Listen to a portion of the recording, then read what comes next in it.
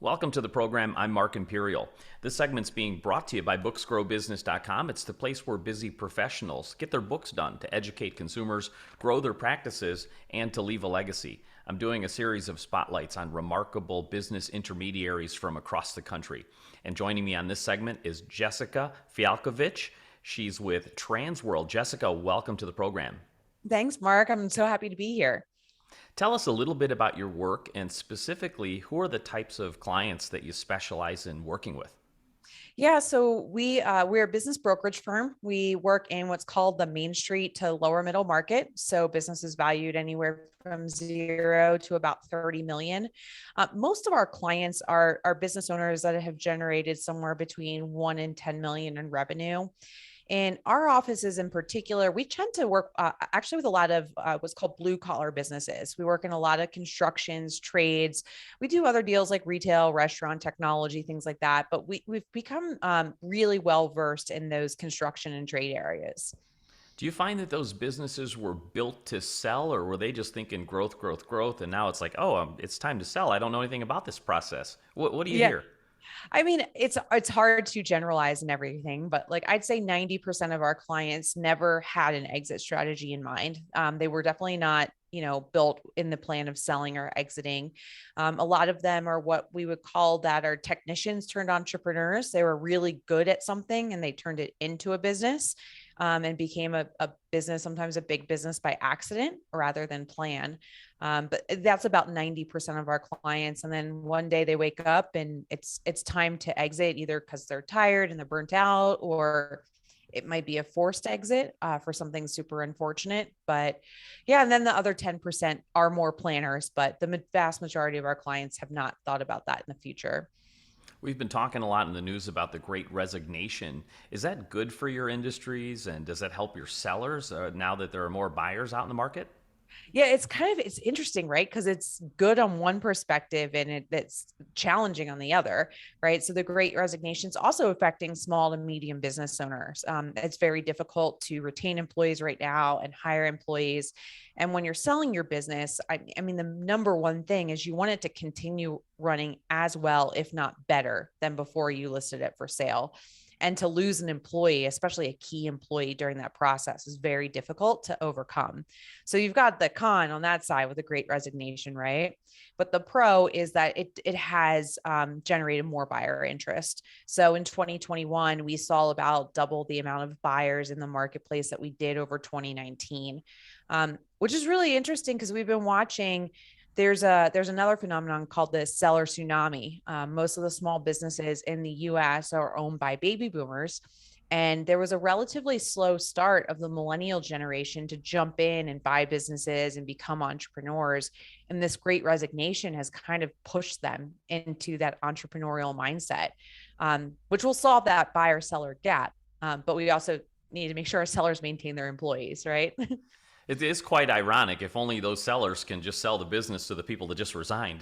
All right, exactly. I know that would That'd be be the ideal. that'd be the solution. So Yeah. for those people selling, it's the first time they're going through it, they don't know what they don't know. How far in advance would you advise people to start planning for selling when they're considering selling their business? How far ahead should they be planning? I recommend at least a year, right? So there's a couple things that I recommend doing, and we can get into that. And some of them take longer, but at least a year in advance gives you time to do the most critical piece to prepare your business for sale, which is to clean up your financials. Having really clean books and records is essential to getting the maximum value for your business. So if you can at least carve out that 12 months in advance, that's great. If you can do more like 2 or 3 years, that's when you can really start to impact and grow the valuation. That's ideal, but not everybody always has that amount of time. When you speak to sellers, do you find that they found any or holding on to any myths or misconceptions they hear around the subject of selling a business? What do you hear out there? Yeah, I mean, it's a lot. There's a lot of myths. I think like any industry, there's a lot of myths. I think that the two big interesting myths are opposites of each other. So the one myth is that my business isn't worth anything, right? And we hear that a lot, especially when I was talking about the demographic we spend a lot of time with.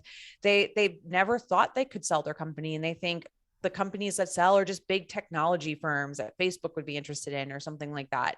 And the reality is every business is sellable. It's just determined on what does that price and deal structure look like. So that's the one big myth I hear, especially in the small business market, is my business is just not sellable. It's not worth anything. And then the second big myth is on the other side, is that my business is worth 10 times revenue or whatever crazy multiple that they're reading in the news or things like that. And the truth really is valuation is part art and part science, and it's really dependent on the individual business, both on the quantity of earnings, but also the quality of the business itself, how it's run, how the owner structured it. And just applying a rule of thumb multiple or formula is very difficult to do. How about when you start working with sellers? Have you found any common, like, big mistakes that they've made as they start to prepare their business that might sabotage their sale? Yeah, one of the biggest one I mentioned this, financials is really important to a business sale. It doesn't only, if clean financial records doesn't only get you the maximum value, but it also affects how much cash you're going to get down at the closing table, whether a bank will finance the deal. And one of the big mistakes I see sellers make is to reduce their tax liability. Over the course of their business history, they've written off a lot of different expenses in their business. And there is solutions we have for that called recasting and add backs, but you can't get overly aggressive with that. So sometimes sellers will shoot themselves in the foot by underreporting their earnings on their taxes. That will affect their valuation 1, 2, 3, 5 years down the line. That's probably the biggest mistake we see. Obviously, there's all kinds of different things, from a financial perspective, legal perspective, lots of stuff, but that one's the biggest one and most common.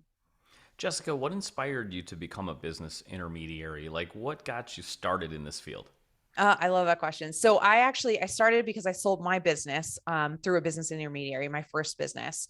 My husband and I started a really boutique wine store, and we grew it into an online wine outlet, which is pretty common now. But back in 2009, there wasn't a whole lot of people selling wine online except for like us and Gary Vee. So as that market got tighter and tighter, we decided to sell that business, and we sold it through a business intermediary. I can't complain from the financial side. He got us a very good deal, but the whole process was really clunky. I felt like it was very unprofessional, and that inspired me to get into this world. He kept referring to us as, a small deal, or didn't have time for us. And, without getting into numbers, we weren't a small deal at that time. And I just felt like small business owners and medium-sized business owners were treated unfairly and unprofessionally in the marketplace. And so that's why we got into this world.